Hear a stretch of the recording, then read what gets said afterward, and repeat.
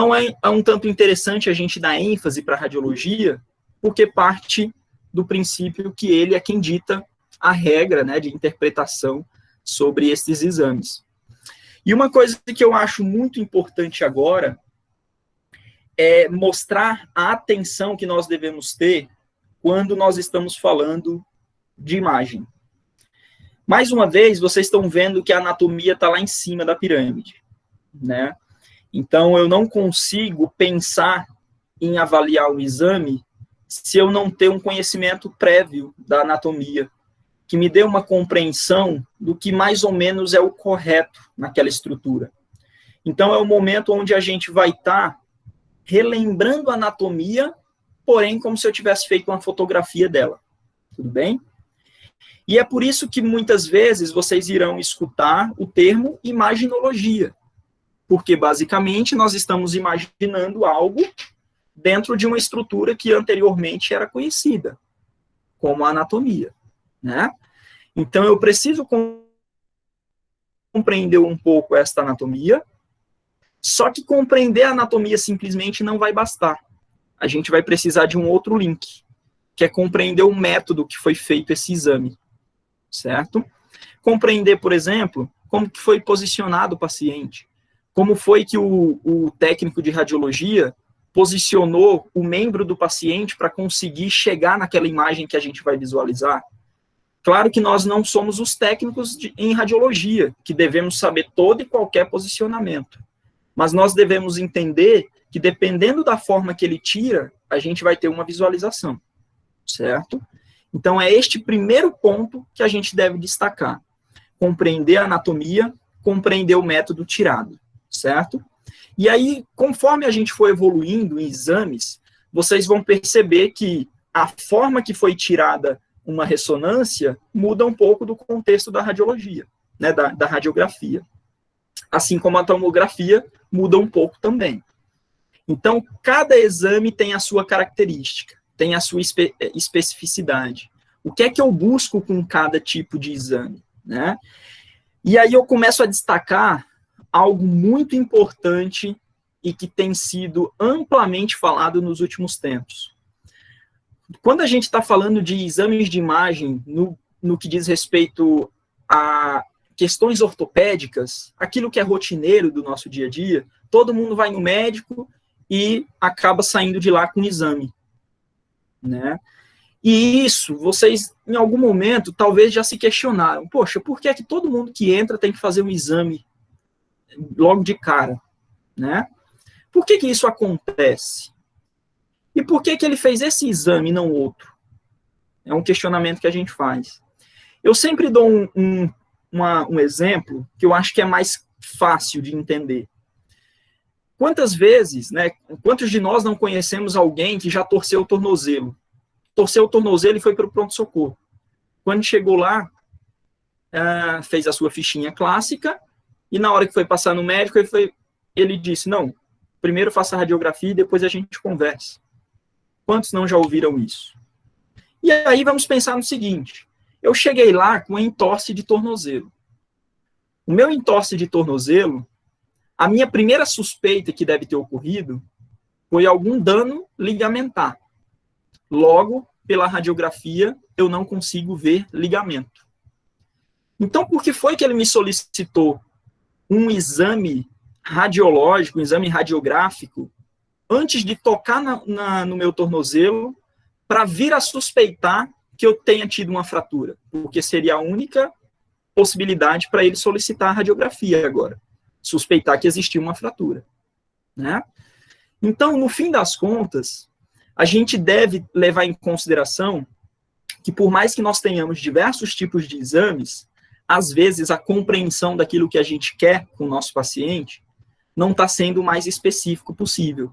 E às vezes a gente solicita um exame que é muito caro, quando eu poderia ter visto por uma coisa muito simples. E às vezes eu solicito muito simples, sabendo que eu não vou encontrar nada. Porque não vai de encontro com aquilo que eu busco com esse paciente, daquilo que eu suspeito. Então, nós entramos agora num problema, em especial do Brasil, mas é um problema mundial também. Só que isso tem mudado nos últimos anos. Quando nós falamos de imaginologia, no que diz respeito aos aspectos ortopédicos, em especial ortopédicos, né? O trauma sempre a gente acompanha esse paciente por exames mesmo. Mas aquele paciente que sofre de algum tipo de dor, ele vai no consultório, é muito comum todo mundo ter que fazer um exame. E esse exame poderia ter sido evitado. E por que a gente fala isso? Porque já tem comprovação científica, prática baseada em evidência, falando o seguinte: solicitar o exame de maneira desnecessária pode potencializar o problema do paciente. E aí vocês devem falar, poxa, por que pode potencializar o problema?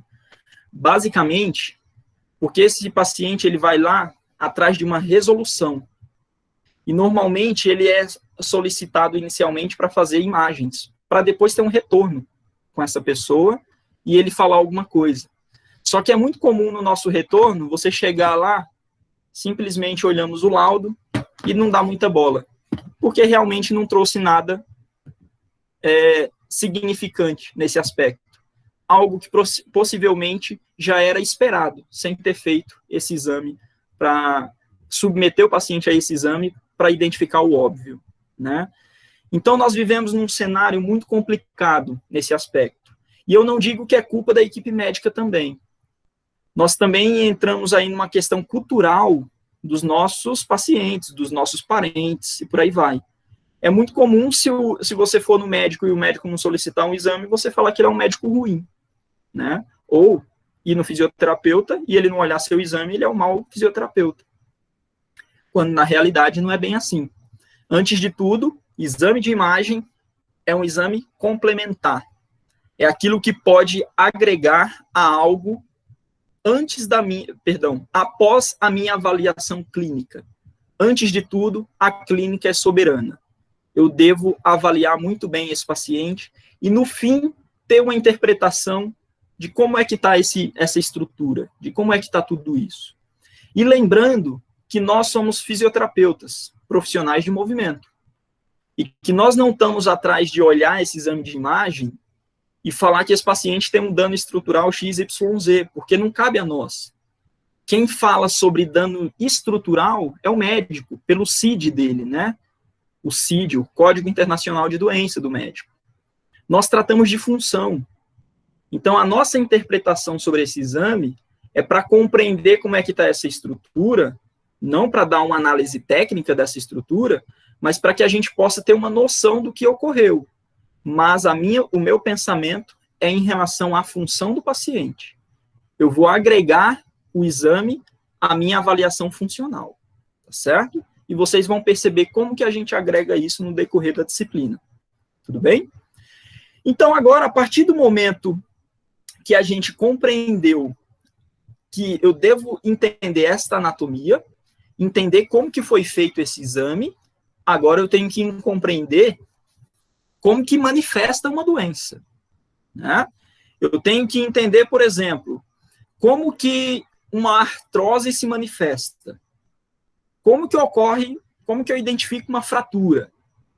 Antes de tudo, eu tinha que saber, ter um conhecimento prévio do que era uma anatomia normal, para quando eu for investigar um dano, eu compreender quais características são aquelas que me diz qual doença é, né? Então, é o momento agora de toda disciplina que vocês estiverem específicas, que começarem a apresentar algumas doenças, vocês começarem a assimilar quais as características dessa doença. Porque no momento que vocês pegarem a imagem, vocês vão conseguir identificar as características e saber que doença está se manifestando. Então, é assim que a gente fecha o pensamento sobre a imaginologia, certo?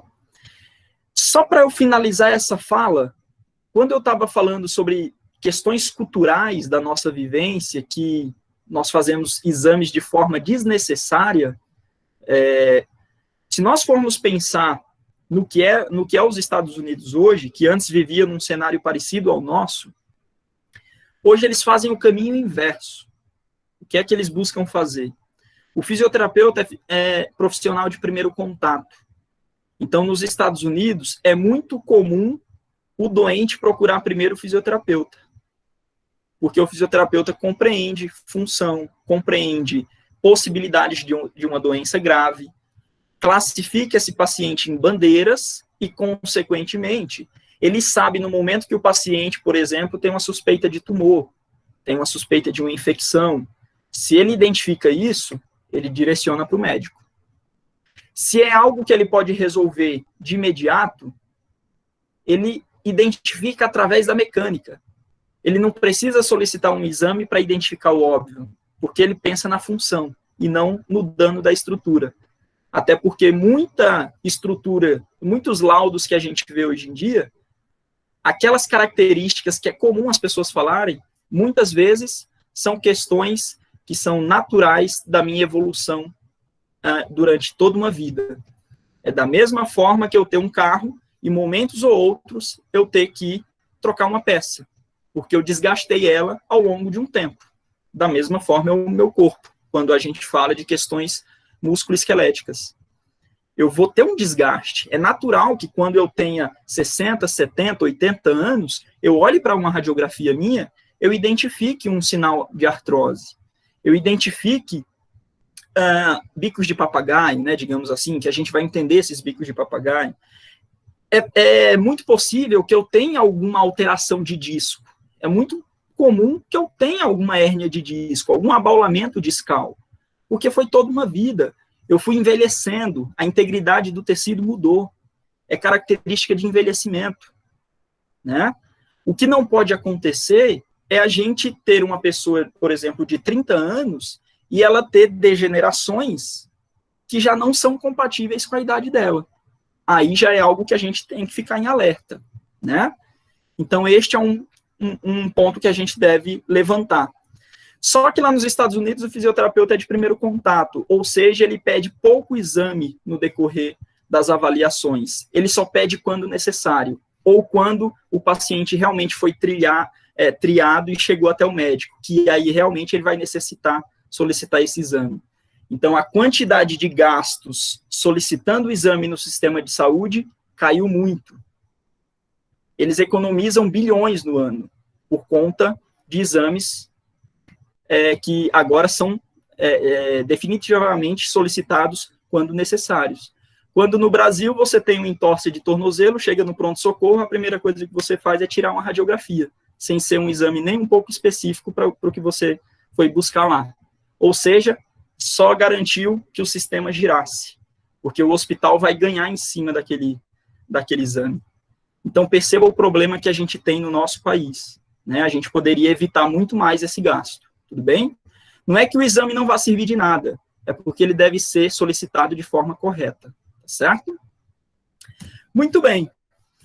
E aí, diante disso, nós temos alguns tipos de exames de imagem, né? Nós temos aí a radiografia, propriamente dita, nós temos a tomografia, e esses se enquadram dentro de alguns exames solicitados por radiações ionizantes, retirados por radiações ionizantes, ou seja, raios X, né?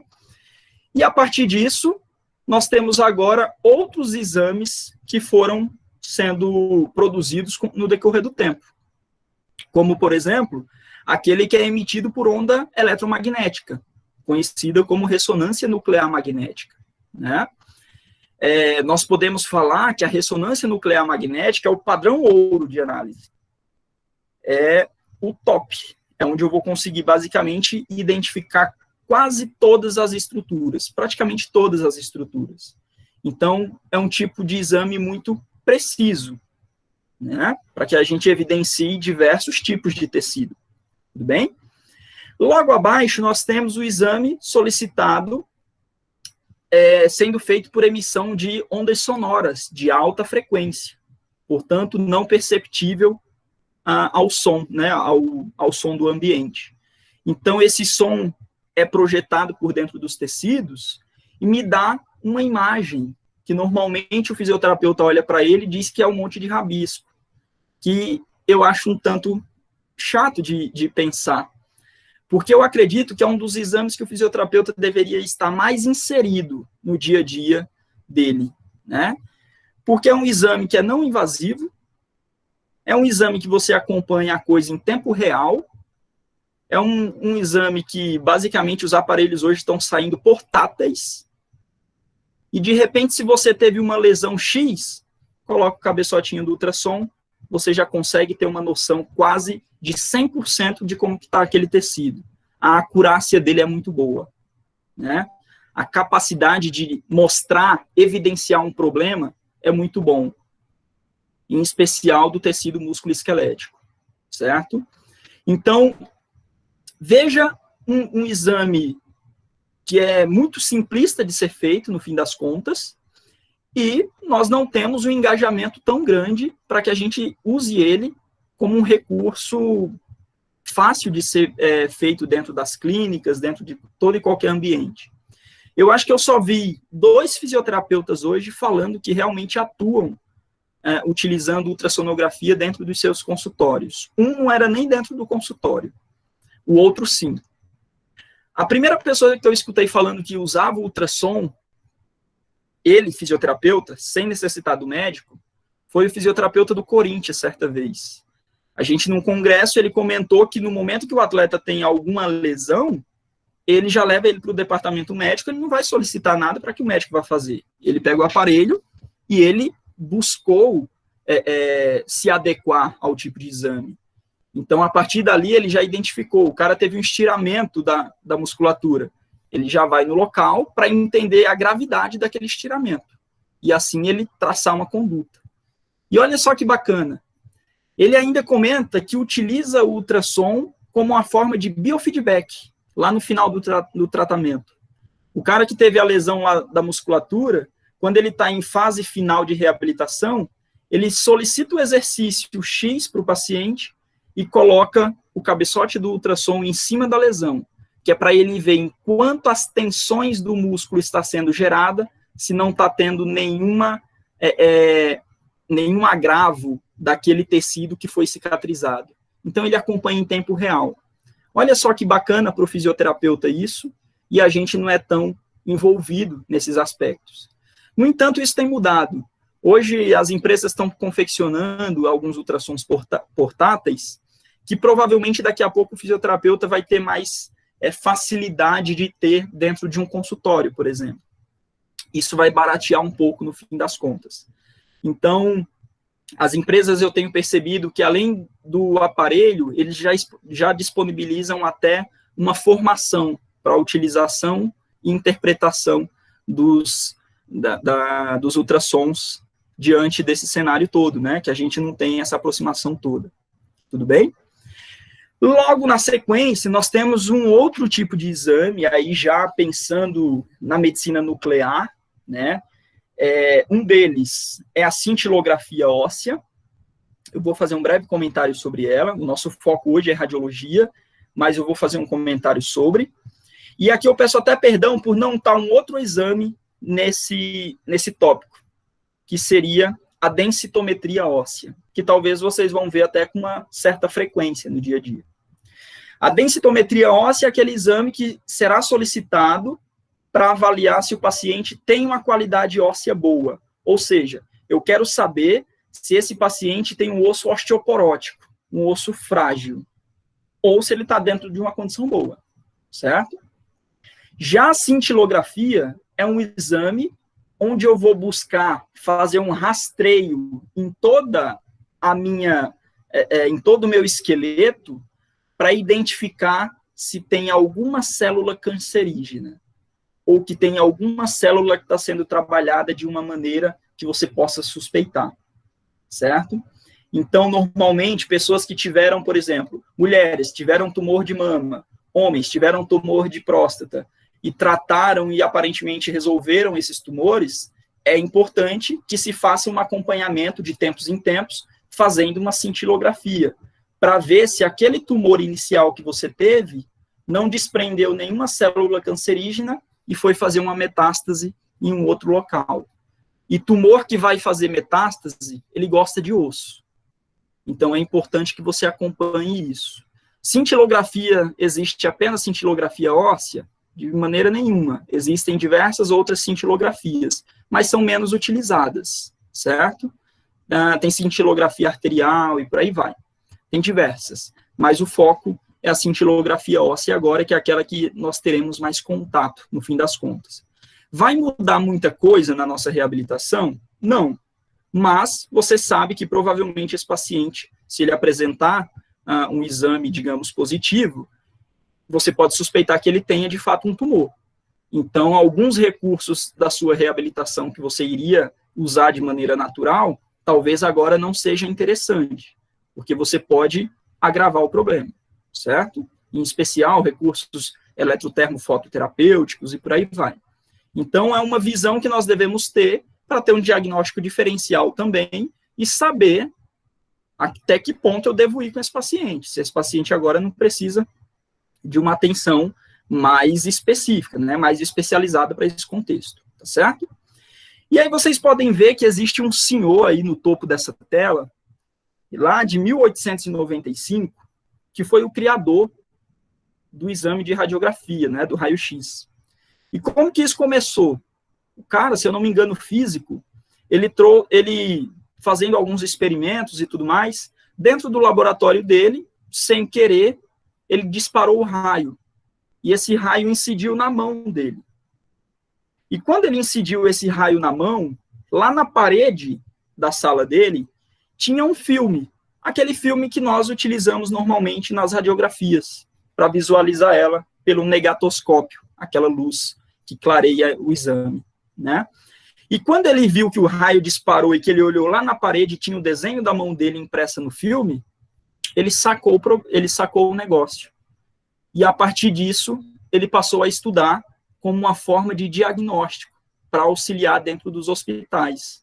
Ele falou, poxa, se eu conseguir visualizar minha mão, provavelmente se eu emitir e tiver um filme para receber essa impressão, eu vou conseguir ter o desenho do meu corpo internamente. Então, eu posso ajudar de alguma maneira. E por uma forma inesperada, graças a Deus, ele descobriu essa forma de exame, né? Que foi daí que partiu todo o resto. E que hoje, basicamente, é um exame comum de ser feito no dia a dia das UTIs, no dia a dia de um pronto-socorro, e por aí vai, né? Então, facilitou demais a vida a partir da descoberta dele, tá bem? E quando nós falamos em avaliar um exame, eu fico muito preocupado quando eu estou lá no pessoal que está se formando e tudo mais. A Késia tem o Ismael já teve aula comigo e tudo, eu sempre comento disso, que a gente chega e começa a perguntar sobre algumas coisas do exame, que os pacientes irão trazer diversos exames para vocês, enquanto vocês estiverem lá no setor clínico, e vocês terão que ter uma interpretação, né, basear com aquilo que você já conhece da história dele e corroborar com o exame. Só que, normalmente, quando a gente coloca lá no negatoscópio e olha para aquela imagem, a gente pergunta, aluno, o que é que você está vendo? Basicamente, ele não tem uma direção, ele não sabe o que é cada estrutura, ele fica um tanto perdido. E é o que eu não gostaria que acontecesse. Você pode demorar para conseguir achar um erro, mas compreender o que aquele exame está te mostrando de maneira por coloração e tudo mais, isso tem que ficar muito claro, né? Para você sempre ter um olhar focado, para você não ficar disperso olhando para todos os cantos da imagem e não saber para onde visualizar, tá bem? Então, quando vocês olham aquela imagem, nós devemos pensar em algumas colorações. Tudo que é preto significa que o raio incidiu e ali só tem ar. O raio não consegue captar aquele ar que ali está circundando, tá bem? Por isso que quando a Lana for mostrar lá o exame de radiografia do pulmão, vocês esperam que esse pulmão esteja totalmente escuro, ou seja, porque só tem ar dentro dele. Hoje, no cenário COVID, o que é que está acontecendo? As imagens saem, o pulmão que era para estar todo escurinho, está branco. Quer dizer que alguma coisa tem dentro. E provavelmente aquela questão esbranquiçada é um tipo de infiltrado característico como água, né? Como se fosse uma porção líquida que estivesse evadindo ali dentro daquele pulmão e tomando espaço onde o ar não consegue penetrar, né? Então é o que a gente busca numa situação natural. Então, sempre que olharem para a imagem radiográfica, vocês sabem que o preto é ar, tá bom? Claro que na radiografia não dá para a gente identificar gordura. Então, aqui já é uma visão que nós teremos de um exame mais apropriado para isso. Então, pulem a etapa da gordura, porque na radiografia não é o foco, tá bom? Na radiografia, nós conseguimos identificar água, percebemos uma determinada quantidade quando ali ela está se mostrando muito densa, né? Não é natural que a gente perceba todo tipo de líquido que aparece no corpo, mas onde está muito concentrado, a água se manifesta como um cinza um pouquinho mais escuro do que a própria gordura, tá bom? Quando a gente olha no exame mais especializado. Já o osso é aquilo que fica muito evidente. Então, não tem nem como errar, né? O osso ele vai se mostrar o acinzentado mais claro, aquele que brilha, é aquele que a gente busca, né? O brilho daquele osso. Por quê? Radiografia é um exame voltada para osso, certo? O foco dele é investigar osso. No entanto, quando a gente faz lá do pulmão, a gente vê todas as estruturas ósseas no entorno e facilitou muito a análise, porque a gente sabe que o pulmão só tem ar.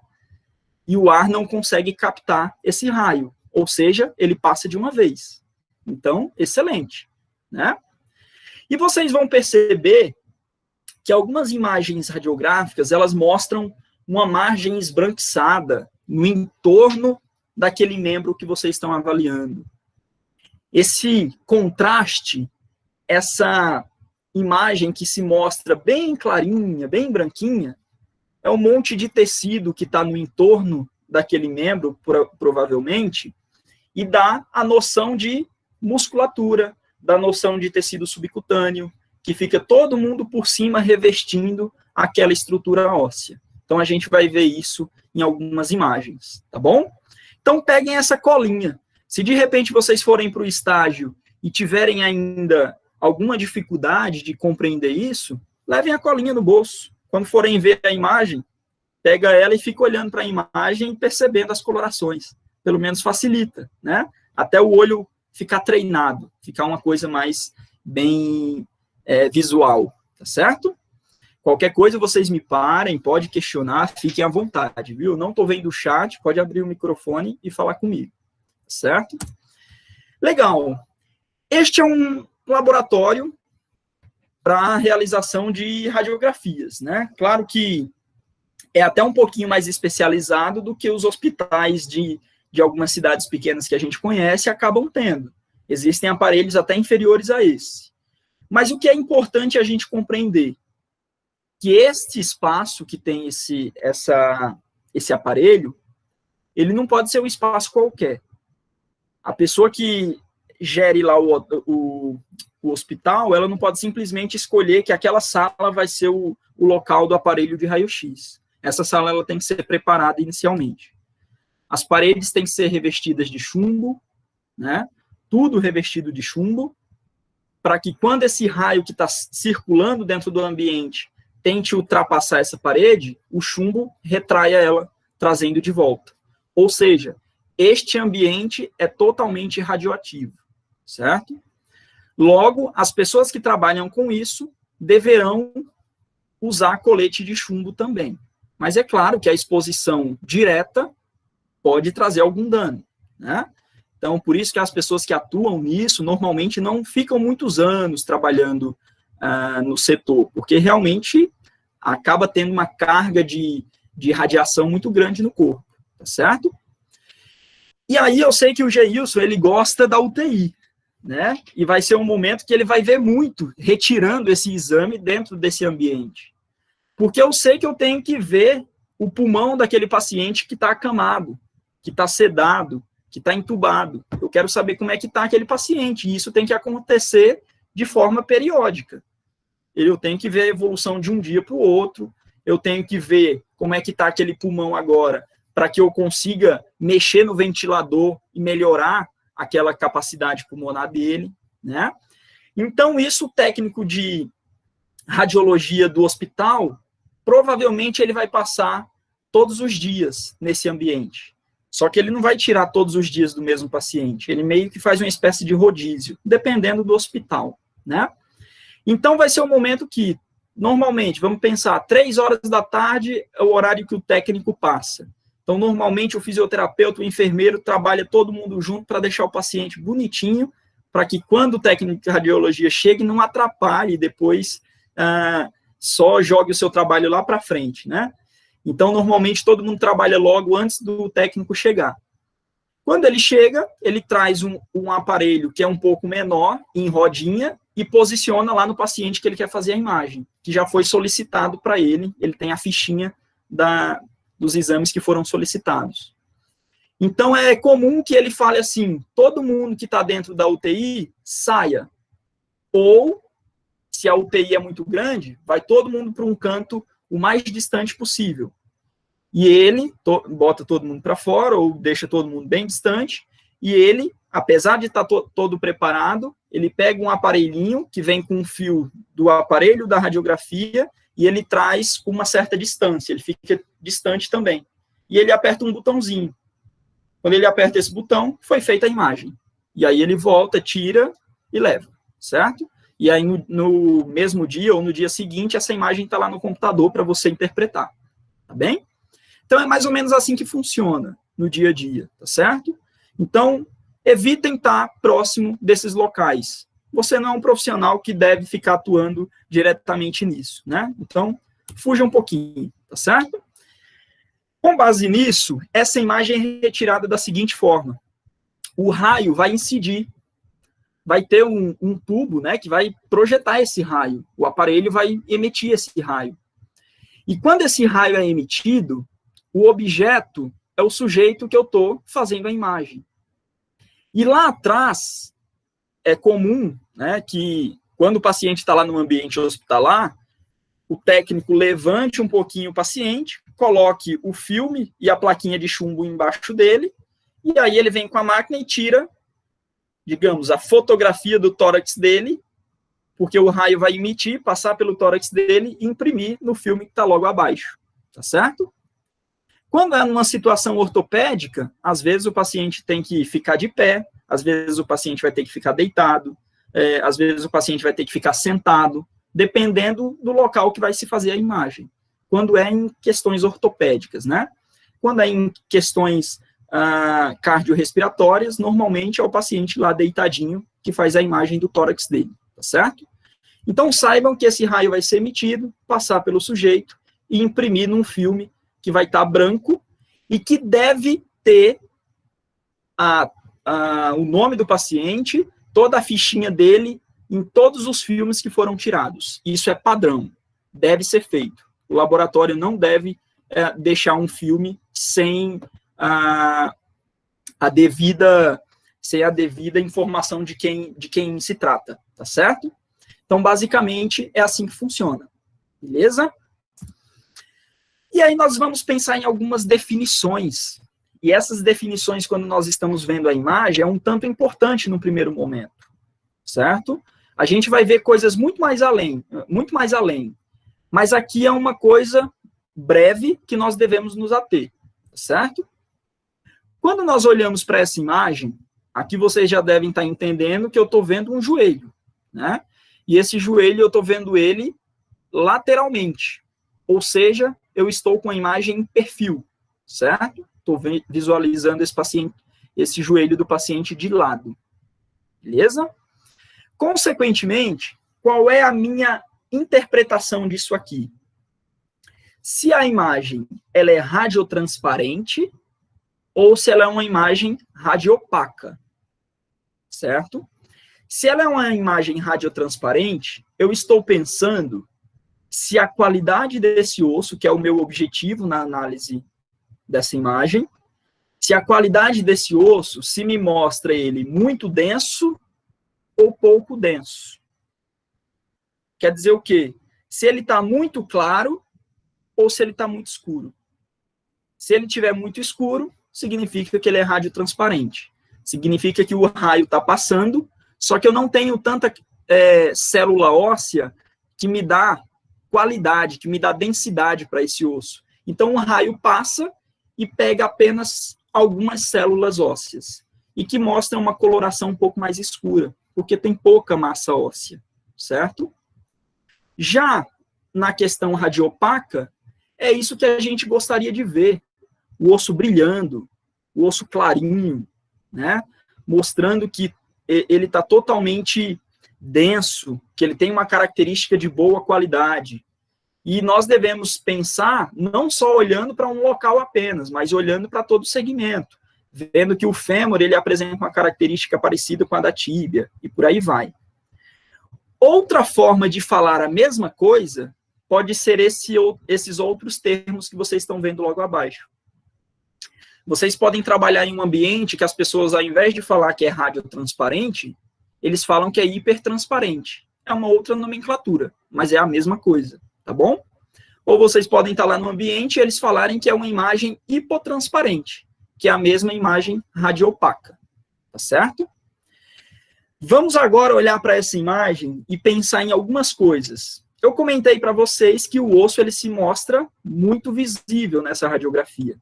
Então, é aquele cinza claro, com uma definição bem óbvia, né? E eu mostrei para vocês que tinha um cinza mais claro ainda, que era o último daqueles que eu destaquei, que era contraste. Então, vocês estão percebendo que nessa imagem tem toda uma borda, né, que está envolvendo essa articulação e que está me mostrando que é tecido mole. Olha toda a definiçãozinha da panturrilha que está saindo e descendo lá para a perna.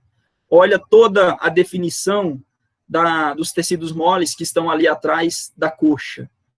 Olha a definição aqui do contraste do meu quadríceps, certo?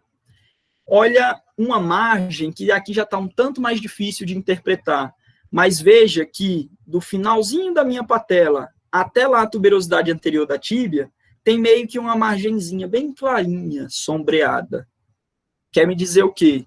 Aqui está o meu tendão patelar, aqui está a minha gordurinha de Hoffa, que a gente vai ver em imagens mais especializadas, porque na radiografia eu não consigo ver tendão nem ligamento, né? Então, perceberam agora que a coloração já está um pouco mais clara na cabeça de vocês. Só que vocês estão vendo, e era um tanto proposital, que nesta imagem eu tenho a periferia do osso do fêmur muito bem destacado, muito bem visível, e vocês estão percebendo que tem como se fosse um objeto escuro dentro do osso, que é meio que encapsulado, que é meio que bem definido. Já na tíbia, não apresenta isso. E a gente sabe que não é para ter um negócio escuro dentro do meu osso. Significa que a qualidade ali não está tão boa, né? O que é que vocês podem imaginar que está acontecendo nesse osso? Alguém sugeriria? Sim, não, talvez.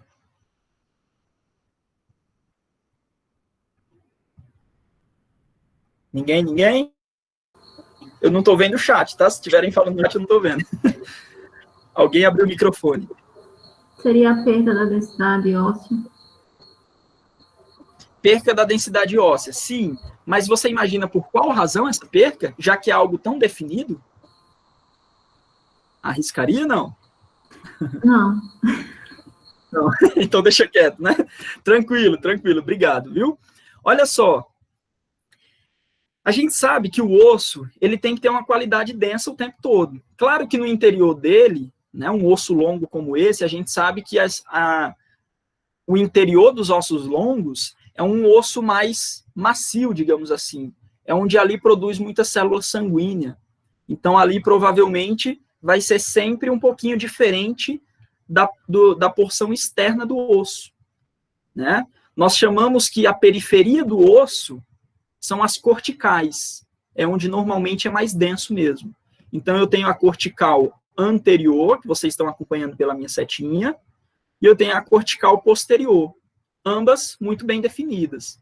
Só que o interior do meu osso, ele tem meio que uma bolinha lá dentro. E esta bolinha, ela realmente não deveria estar aí. Provavelmente é um cisto ósseo. Provavelmente é um tumor. provavelmente é um tumor benigno, porque ele é muito bem definido. Ele está bem encapsuladinho, bem envolto, e provavelmente é só naquele local. Então, às vezes, o paciente tem isso e nem sabe que tem, né? Vai fazer a radiografia e foi um achado de imagem. E aí, provavelmente, como viram aquele cisto, que vocês percebem que já é um cisto um tanto grande, é o momento que o médico que está ali trabalhando com ele solicite uma biópsia, para saber se de fato é um tumor maligno ou um tumor benigno, né? E aí, provavelmente, vão fazer e vai dar um tumor benigno, um tumor de células gigantes, tá bom? Então, isso a gente comenta mais na frente. Eu estou pontuando isso para que vocês entendam qual é o objetivo de compreender cada estrutura, qual é o objetivo de compreender a anatomia, a coloração de cada coisa e o que a gente pode identificar como um erro, tá bom? Então, vamos pensar sempre nisso. O que deve ser natural, como é que está a estrutura normal que eu conheço, como é que está o entorno de tudo, e agora, o que é que tem de problema? Vamos pensar nisso. Daqui a pouco eu falo mais sobre. E é basicamente isso aqui. É muito comum, quando eu falar assim, aluno, o que é que você está vendo na imagem? Aí ele bate o olho, fica desesperado, ele fica olhando os 4 cantos da imagem e não consegue focar. E aí você dá um direcionamento para ele, né?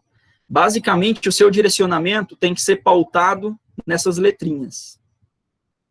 O termo ABCS. Tudo bem? O A significa que eu tenho que investigar como é que está o alinhamento da estrutura.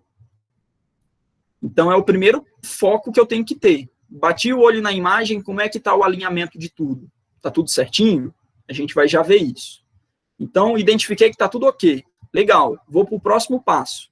Densidade óssea, que a gente viu, conseguiu interpretar a densidade daquele osso. E vimos que só um ponto isolado existia uma alteração, que a gente suspeita de algo, né? Depois eu vou para uma outra questão. Como é que estão os espaços entre as articulações? Como é que está a definição do espaço anatômico natural? Tem alteração? Tem irregularidade? O que é que eu devo buscar compreender sobre isso? Aí é onde a gente vai compreender as características de cada doença para tentar interpretar no momento que a gente for ver o espaço da articulação, tá certo? Só que nós estamos falando de radiografia, e radiografia nós não evidenciamos tecido mole, não é o nosso foco, certo? Logo, eu não vou ver essa letrinha S, apenas quando eu tiver em exames mais elaborados, que me permitam uma análise tanto da estrutura óssea, quanto de outros tecidos do corpo, ligamento, cartilagem e por aí vai. Tudo bem? Muito bem. Compreendido qual é o direcionamento que você tem que ter, agora a gente vai buscar impor isso, certo? E aí agora eu peço uma atençãozinha de vocês para que vocês tentem identificar alguma coisa aqui. Ainda é muito cedo para eu fazer um questionamento, para que vocês tragam uma resposta vigorosa, mas o momento de errar é esse, tá bom? Fiquem à vontade. A questão é a seguinte: o primeiro ponto não deve ser o alinhamento, então eu vou pegar essa imagem e vou fazer basicamente isso aqui, ó. Eu vou traçar uma linhazinha aí, imaginem que é o olho de vocês que está correndo na imagem, tá bom? Então, deixa eu só pegar aqui uma cor, tá. Então, tá. Eu quero ver como é que está o alinhamento.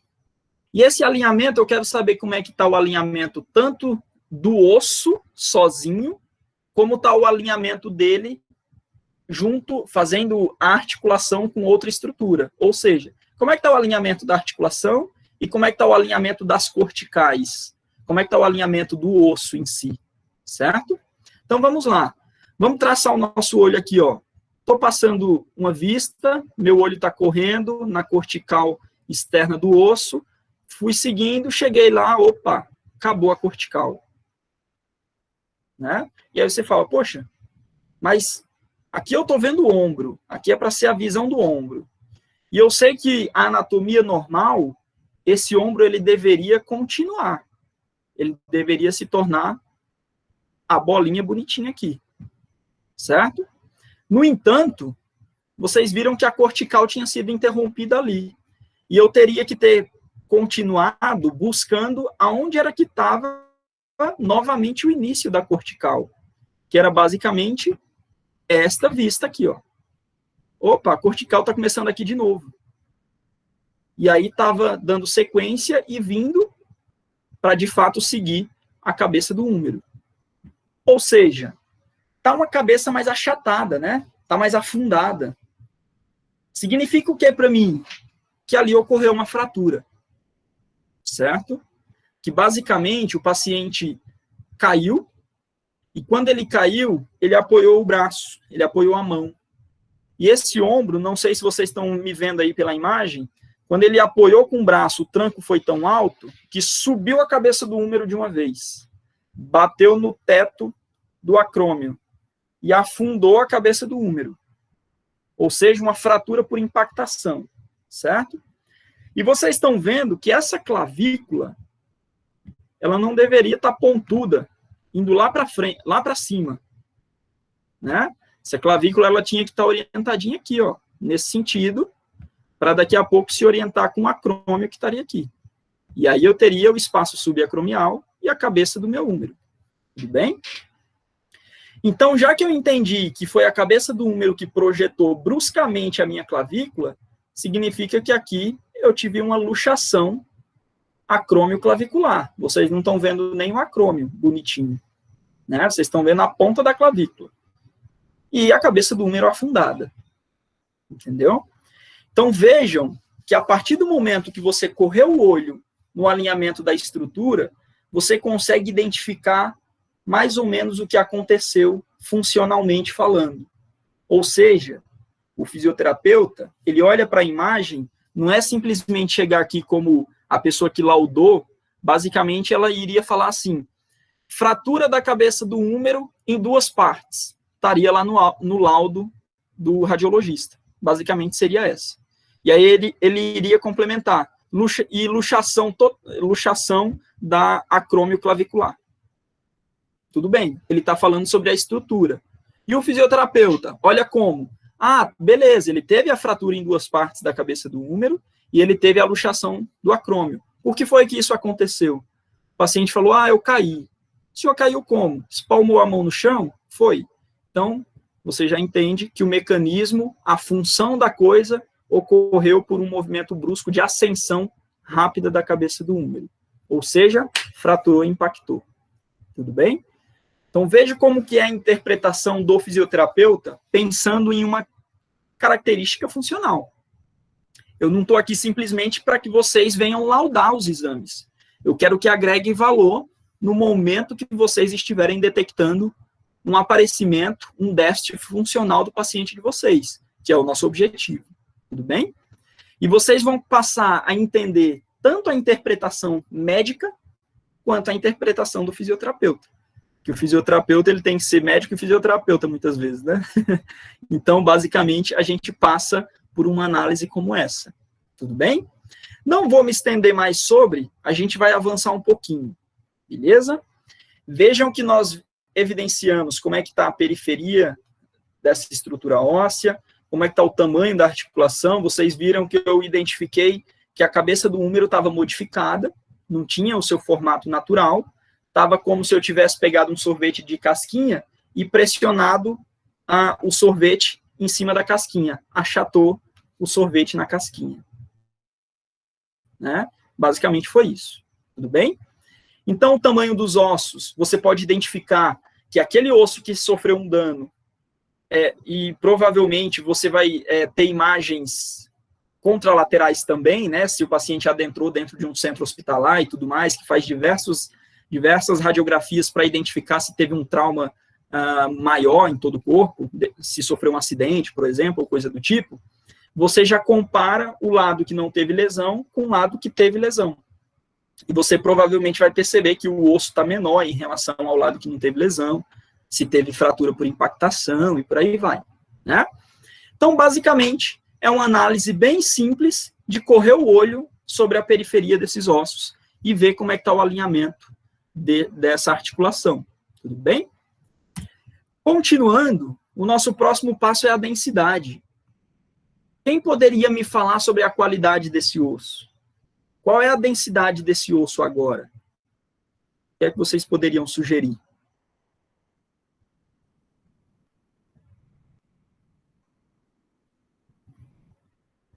Aquele momentinho de interpretação, né? É a mesma imagem, tá?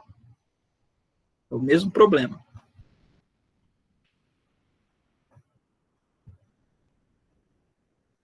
Ninguém? Tranquilo, vamos lá. Vamos pensar no seguinte. Vocês estão percebendo que a qualidade em si, aparentemente, estão muito semelhantes. Certo?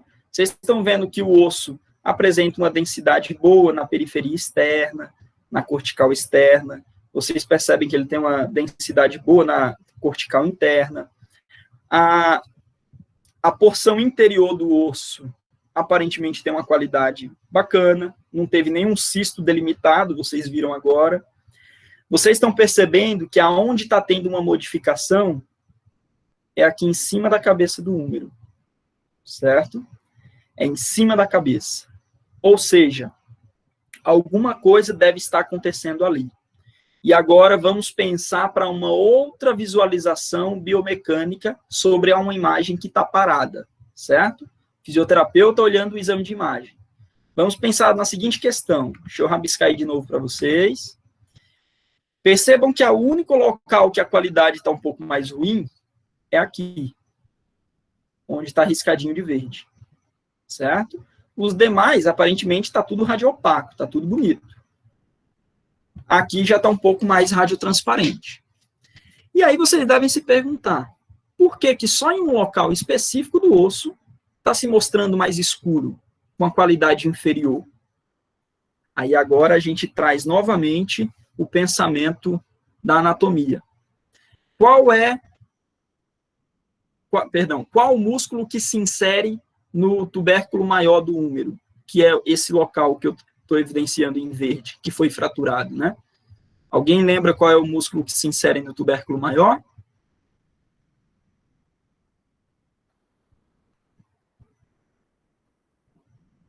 Sim, não, talvez. Tudo certo e nada de Rapaz, vai no chute, mas eu ia no deltoide. Como? Eu ia no deltoide. Deltoide? Não, não é bem o deltoide. O deltoide está passando por ali, mas não é especificamente ele. Mas valeu pela tentativa. Isso é o que importa. Então vamos lá. O músculo que se insere ali no tubérculo maior do húmero é o supraespinal, um dos músculos do manguito, né? E a gente sabe que esse músculo supraespinal, coitado, é o que mais sofre dos músculos do manguito. Quando vocês estiverem conversando lá com o Victor sobre impacto do ombro, vocês vão estar direto falando sobre esse bendito desse músculo. Então, vamos pensar na seguinte questão. Osso, ele acaba mantendo uma boa qualidade a partir do momento que ele recebe tensão. Opa, então como é isso? Se eu parar de me movimentar, pode esperar que daqui a tanto tempo vocês vão fazer radiografias e não vão ter uma boa qualidade do meu osso. É esperado. Osso se molda, se modifica a partir de estímulos de carga. Tensão sendo exercida por ele. É dissipação de energia. No momento que você pisa no chão, sobe uma força. Essa força é dissipada no seu osso, trocando íons. Negativo, positivo, positivo. E isso faz com que excite células ósseas. Consequentemente, o osso, ele acaba produzindo mais célula óssea e sempre garantindo uma boa qualidade desse osso. No entanto, se você for uma pessoa inativa, a condição natural é que os osteoclastos ganhem e fique comendo mais osso do que aquilo que você está produzindo todos os dias. Então, começa a cair a qualidade. É o que acontece com os nossos astronautas, né? Antigamente, os astronautas, eles iam para o espaço, passavam tanto tempo, quando voltavam, por mais que fossem jovens, eles tinham uma osteoporose ferrenha. Eles não tinham gravidade caindo sobre eles. para que eles vencessem, procurassem gerar tensão muscular, para que eles gerassem estímulo de produção de massa óssea, eles estavam o tempo inteiro sendo vencidos. Quando eles voltavam, todo mundo fragilizado, musculatura fraca, fraca, fraca, tendo que ser carregado, né? E aí eles perceberam que tinha que diminuir essa perda de qualidade de osso. E hoje se sabe que os astronautas levam para a estação espacial uma esteira, que é o momento do dia, se vocês olharem entrevistas de astronautas, 30 minutos do dia eles têm que fazer exercício, é obrigatório. Então eles devem amarrar cintas, que já é amarrado diretamente na esteira, porque senão a gravidade não deixa ele pisar, né? E eles ficam ali correndo 30 minutinhos na esteira. Claro que a gravidade impedindo muita coisa, mas já é um estímulo interessante. Com isso, eles conseguiram retardar essa perda. Tudo bem? Quando eles voltavam agora mais inteiros. E aí era só aquele período adaptativo de novo, fisioterapia, educador físico, reforço muscular, e volta à integridade que tinha. Claro que esses caras, eles sempre terão um prejuízo, que eles estão totalmente fora do nosso contexto, né? Então, é um momento que nós estamos levando a função a favor de uma imagem que está me mostrando uma coisa aparentemente muito boba, né? Só que aqui, ele está me falando o seguinte, provavelmente, eu tenho uma fraqueza do meu supraespinal, ou seja, esse supraespinal, ele não consegue tensionar. Quando ele contrai, ele não consegue gerar aquela tensão eficiente. Logo, ele não consegue estimular o osso a produzir uma boa qualidade óssea, né? Então, todo o entorno, aparentemente, está acontecendo tudo bem. Mas esse músculo em especial, ele está falhando. Provavelmente, se ele não tivesse tido a fratura, né? E você fosse avaliar ele na clínica, você iria fazer teste de força de supra, ele iria mostrar fragilidade. Então, eu estou corroborando um pensamento estático com uma função que eu já imagino que ele esteja em prejuízo. Isso é o que nós chamamos de stress shield. É uma diminuição da qualidade do osso em um determinado local onde não está recebendo tensão. Tudo bem? Então, vejam só que interpretação bacana. Entende? Eu não estou vendo o músculo, mas eu sei que ele está posicionado ali. Certo? E eu estou vendo que o osso onde ele está fixado está frágil. Então, alguma coisa funcional está acontecendo. Beleza? Então, conseguimos identificar essa densidade. E agora eu vou pensar no espaço articular. E agora eu vou traçar aqui com vocês, ó, a seguinte questão. Vocês estão vendo que a cabeça do húmero, ela se manteve aqui. E vocês estão vendo... provavelmente não estão vendo tão bem, né? A imagem até não permite ver tão bem, mas vocês estão percebendo que a glenoide, ela está aqui, ó, e ela está muito sobreposta por um monte de coisas, por isso que está branco assim, na frente da estrutura óssea, que tem aí tecido mole, alguma coisa, durante a imagem que foi retirada, ficou sobreposta, né? Então, fica meio embaçada a imagem. Então, o meu foco aqui é compreender como é que está o espaço entre o contato do meu húmero com a minha glenoide. Como é que está a integridade dessas superfícies ósseas. O que é que eu lembro lá da anatomia? Que deve existir um espaço X. Não é para ter fusão, não é para ter tanto distanciamento. É para ter uma distância padrão, né? E provavelmente, se você identifica que existe alguma alteração de espaço, provavelmente vocês vão perceber irregularidades nessas superfícies. Por exemplo, um número que parece que ele está degenerado. A glenoide, que ela está mais degenerada. Provavelmente é contato excessivo, é estresse que está acontecendo no decorrer do tempo. Ou uma fragilidade muscular muito grande, que está levando a um contato extremo e provocando degeneração. É o que lá no futuro nós iremos fazer a imagem do paciente e vamos falar assim, você tem uma artrose. Mas isso começou lá atrás, porque era uma condição natural. Né? Você veio degenerando, até o dia que chegou na bendita da artrose. No entanto, nós devemos compreender se aquela artrose que a gente está vendo é condizente com o perfil do nosso paciente. Eu não quero é que uma pessoa super jovem esteja sofrendo de uma artrose precoce. Aí é um problema, né? Então, é aquilo que a gente busca compreender também por meio desses exames. Tranquilo? Só que aqui nós estamos vendo tecido mole, e nós sabemos que na radiografia não nos permite ter toda uma relação de gordura e por aí vai. A gente pode identificar alguma quantidade de líquido ou coisa do tipo, mas gordura não. Legal. Avançando um pouquinho, eu agora gostaria que vocês tivessem uma interpretação dessa. Podem abrir o microfone novamente, fazer mais uma tentativa e dar uma noção do que mudou daquela primeira imagem para essa que a gente está visualizando. Continuamos no membro superior, continuamos no úmero, né? E agora o que é que tem de diferente de lá para cá? Alguém arrisca?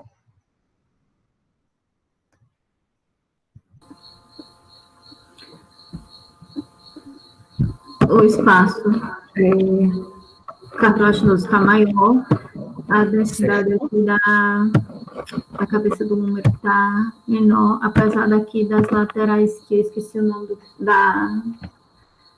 das linhas laterais das corticais. Isso, tá bem, ok. E esse ponto aqui no branco aqui, eu não entendi o porquê dele. Viu? Não. Esse aqui, ó. Isso aí. Pronto. Aí, seria um pasto, não, seria um afastamento dos dois, como se alguém tivesse puxado o braço da pessoa e deslocou. É isso? Bacana a colocação, gostei. Vamos lá, você foi bem pontual, você foi como de fato tem que ser. Primeira coisa, eu fui lá, percebi que tem um distanciamento significativo entre o meu húmero e a glenoide. Então, opa, tem alguma coisa diferente aí, certo? Outra coisa, eu olhei as corticais e percebi que também perdeu a continuidade dessa cortical. Normalmente, quando eu tenho perca da continuidade da cortical, é fratura, né? Só que por que foi que aconteceu isso? Você me falou sobre essa porção branca que está aqui, né? Essa porção branca, ela está novamente te falando, fraturei e impactei. Só que eu impactei tanto que é como se eu tivesse pegado a cabeça do húmero e forçado tanto na direção do corpo do húmero que adentrou um no outro. Então, eu meio que fundi um osso com o outro. E gera um sinal como se ali tivesse muito osso. Então, é uma fusão por uma impactação durante a fratura. Você percebe, ó, que a cabeça ela está mais deslocada para o lado. Aqui tem a continuidade da cortical do húmero, que não deveria estar aqui, né? Essa cabeça deveria continuar nessa região aqui, ó. Ela deveria fazer assim, ó. Né? Basicamente assim, né? O mouse me deixa ser preciso. Mas ela deveria ser mais ou menos assim. E você viu que ela está começando bem para dentro, deixando um pedaço de osso aqui e sendo projetada para o lado. E, ao mesmo tempo, fundi. Deixei uma impactação direta entre uma estrutura e outra. Então, você foi precisa na avaliação. Você só não conseguia ainda entender os nomes corretos de dar para esta informação. Você deve ter justamente uma análise pontual, objetiva, de cada estrutura. Não é ficar desesperado olhando para um monte de coisa sem ter um direcionamento. É o foco primário em uma coisa, depois em outra, depois você percebe que fechou o raciocínio. Tá bom? Então, mais uma vez, uma fraturinha aí. Eu gosto de colocar as fraturas, porque vocês já veem os problemas grandes, né? E aí, quando te pegar uma coisinha simples, fica mais fácil de identificar, porque já viram tanta coisa mirabolante que depois fica mais óbvio as coisas. E agora, gente, eu pontuo essa outra situação. Nós estamos colocando novamente uma imagem de ombro. O meu foco aqui nem era ombro hoje, mas essas imagens de ombro serviram para que a gente pudesse ilustrar aquilo que a gente busca na interpretação do exame. Então, veja só. Nesse momento, se eu for levar o pé da letra e olhar para essa imagem, se eu for acompanhar a direção das corticais, é quase impossível de identificar o que é o que, né? Vocês estão percebendo, por exemplo, as corticais do húmero passando aqui, e a gente deveria acompanhar ela lá até chegar na cabeça. Porém, sumiram. Só que pior, começou a aparecer um tecido desorganizado, sem uma definição muito clara, tudo aleatório. Aqui nessa porçãozinha de cima que eu estou pontuando com vocês, é querendo aparecer a cabeça do número, tá bom? Só que, novamente, está crescendo coisa desorganizada. Entende? Basicamente, se eu tenho qualquer tecido do meu corpo que cresça de forma desorganizada, eu suspeito a primeira coisa de quê?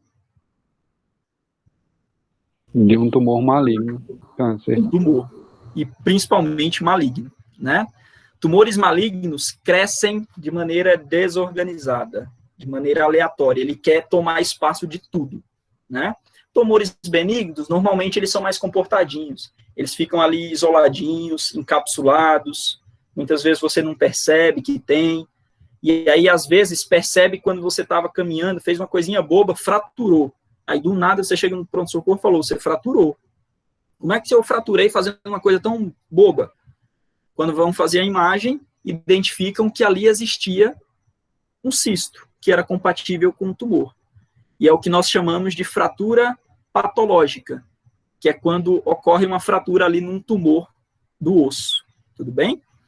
Só que esse vocês estão vendo que é um tumor bem considerável. Isso aqui também não cresce do dia para a noite, tá bom?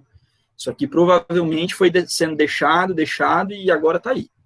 E provavelmente, aqui, se de fato se conseguir reverter a situação, esse paciente não virar óbito, provavelmente os médicos vão tentar retirar isso. Não vão tentar fazer rádio, não vão... Pode até tentar, inicialmente, para tentar dar uma bombardeada no tumor. Mas o rápido aqui é tirar esse pedaço de osso. Então, provavelmente, o que é que eles vão fazer? Vão serrar o osso com uma margem de segurança. Então, ele não pode vir serrar aqui, ó. Ele tem que serrar distante, mais ou menos uns 10 a 15 centímetros de distância do tumor. Então, vamos dizer que ele serrou aqui. Basicamente, aqui só tem um pedacinho de húmero. Ou seja, o médico provavelmente não vai querer deixar um pedacinho de 5, 10 centímetros de húmero. Ele vai tirar o húmero todo.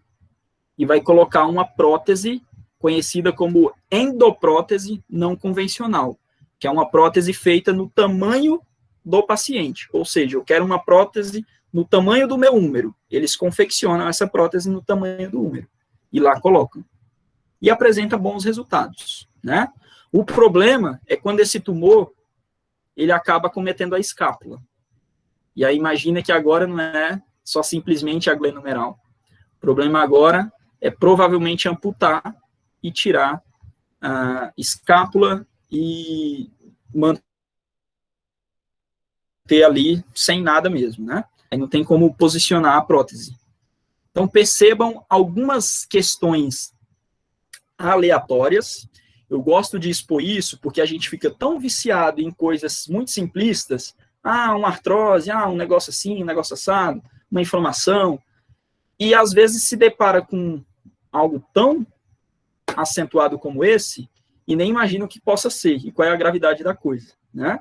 Eu trabalhava, né, fazia residência em um setor que a gente recebia muito paciente oncológico, e a grande parte já vinha com questões assim, porque lá era referência. Então, o Brasil todo, muitas vezes, viajava para ir para lá, né, para se tratar, para passar no médico que era referência, e na fisioterapia que era referência também. Então, veja só essas coisas como são implicantes, né? E eu vejo que a gente carece de fisioterapeutas que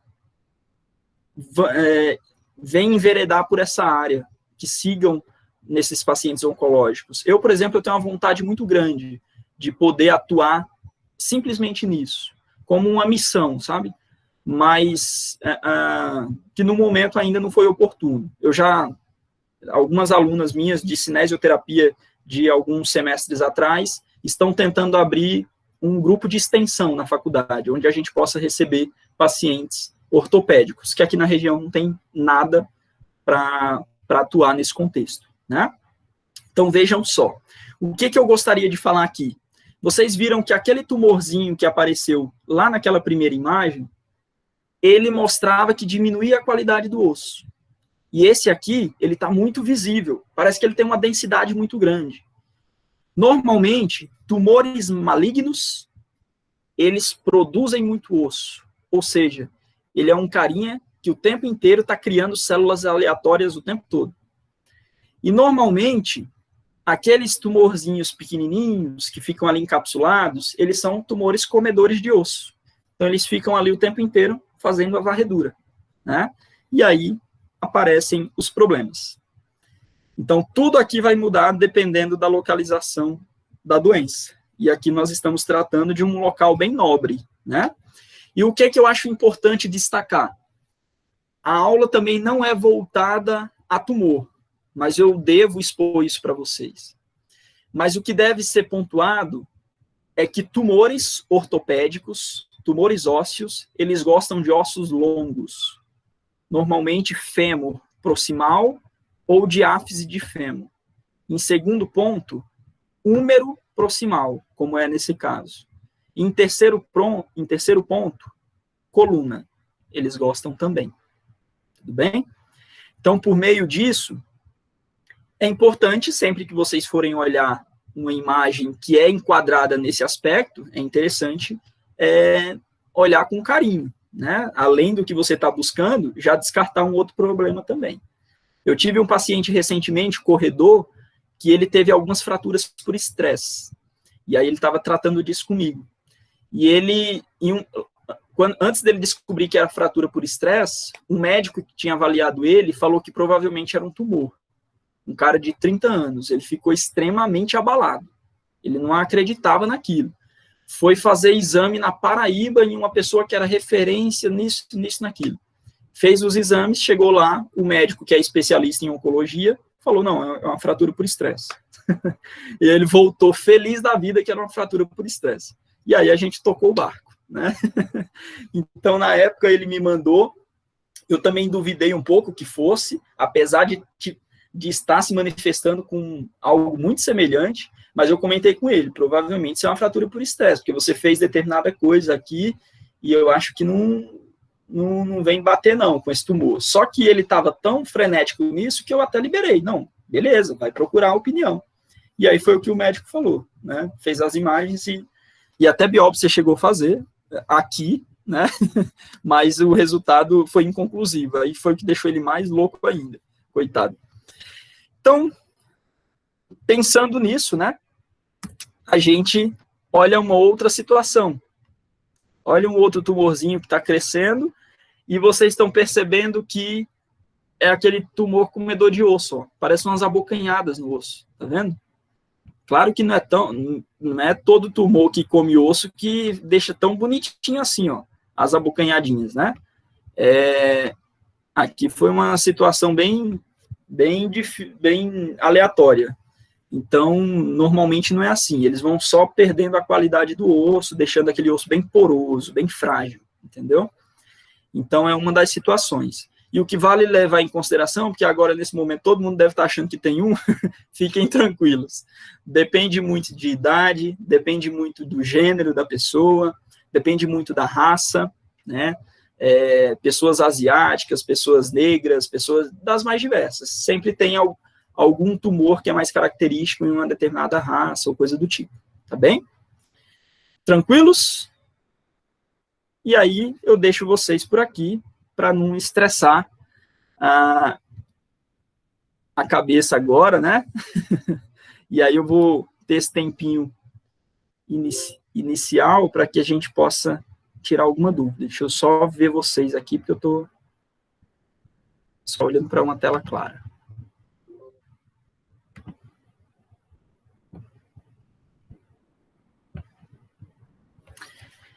Isso aí, gente. Estou vendo algumas pessoas. Eu vou tirar aqui a apresentação para eu ver mais vocês, viu?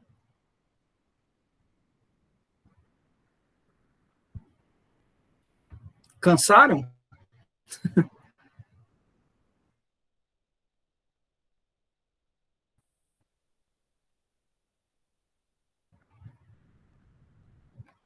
O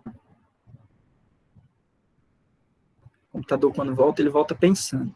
Então, estou dando tempo a ele aqui, viu?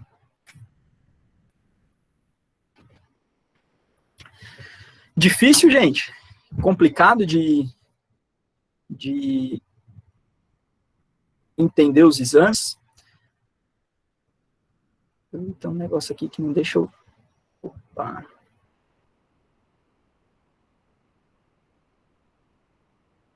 Pronto. Stephanie, o não foi porque eu não entendi. Foi porque foi tranquilo ou foi porque foi difícil? Muito bem, muito bem.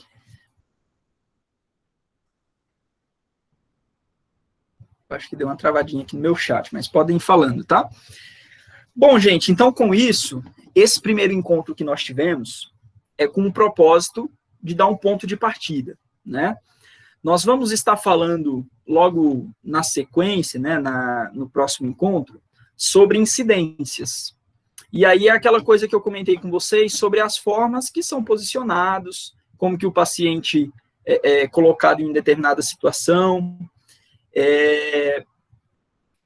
como que o técnico em si teve que emitir aquele raio, o que a gente pode visualizar dentro dessa situação, para que no momento que vocês pegarem a imagem, vocês falarem, essa imagem é uma vista tal e eu posso identificar isso nessa imagem. E aí norteia, né, dá um direcionamento para vocês. Existem algumas incidências que são especializadas, outras que são clássicas, e a gente vai falar um pouquinho disso na próxima aula. E eu acredito que com isso, com essa parte introdutória, a gente já deu alguns parâmetros, a gente já deu algumas orientações que são extremamente válidas na nossa interpretação durante todo o período.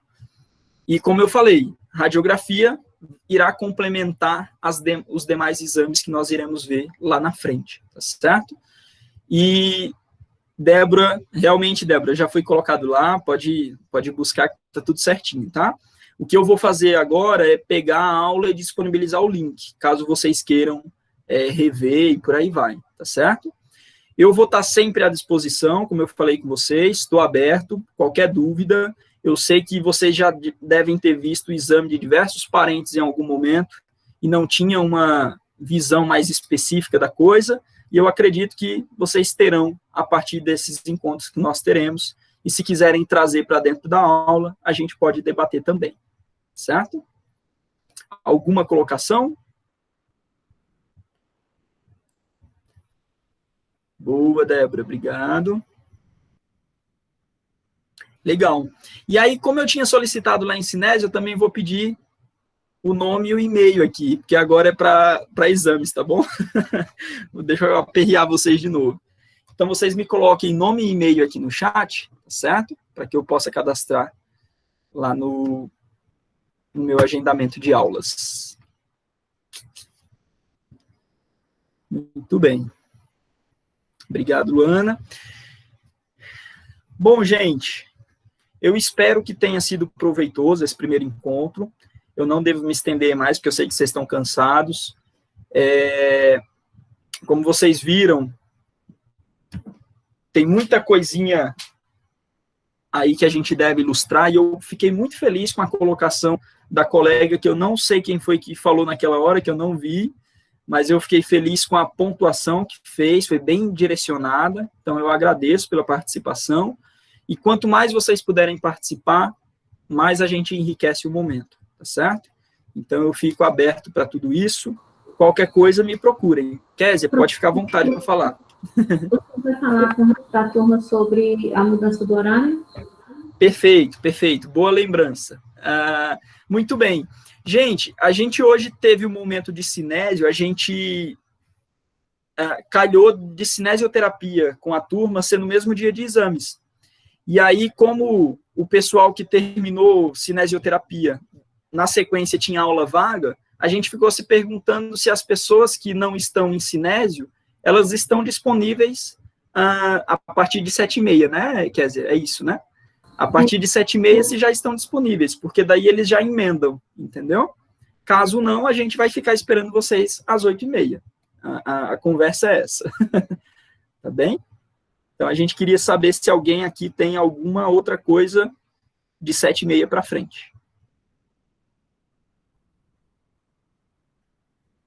E aí vocês podem falar no chat e tudo mais. Stephanie já deu um ok, que dá para ela. E aí, Kézia, como são muitas pessoas, eu acho que o pessoal pode te responder no grupo, né? Que daí a gente não fica dependendo aqui para Graziele também e tudo mais. Então, se todo mundo der o aval, a gente pode iniciar sim. Hoje a gente ficou com receio de iniciar e de repente o pessoal perder, né? Seria péssimo. Então é isso. Todo mundo colocou e-mail, todo mundo tranquilo. Legal. Então o pessoal está dando ok, quer dizer, eu acho que 100% vai chegar nessa conclusão. Aí o pessoal só termina de confirmar com você, que daí a gente não fica preso aqui, pessoal querendo sair e tudo mais, tá certo? É isso, gente. Pode falar, Kézia, perdão. Tudo bem. Bacana. Então, gente, qualquer coisa, ó, quem já colocou o e-mail, podem ficar tranquilos, podem ir saindo com tranquilidade. Os que ainda não colocaram, eu peço que coloquem. E obrigado pela participação, obrigado pela oportunidade de estar aqui com vocês, conhecendo vocês, e estou aí à disposição sempre. Certo? Boa noite. Fiquem bem e até a próxima. Ótimo.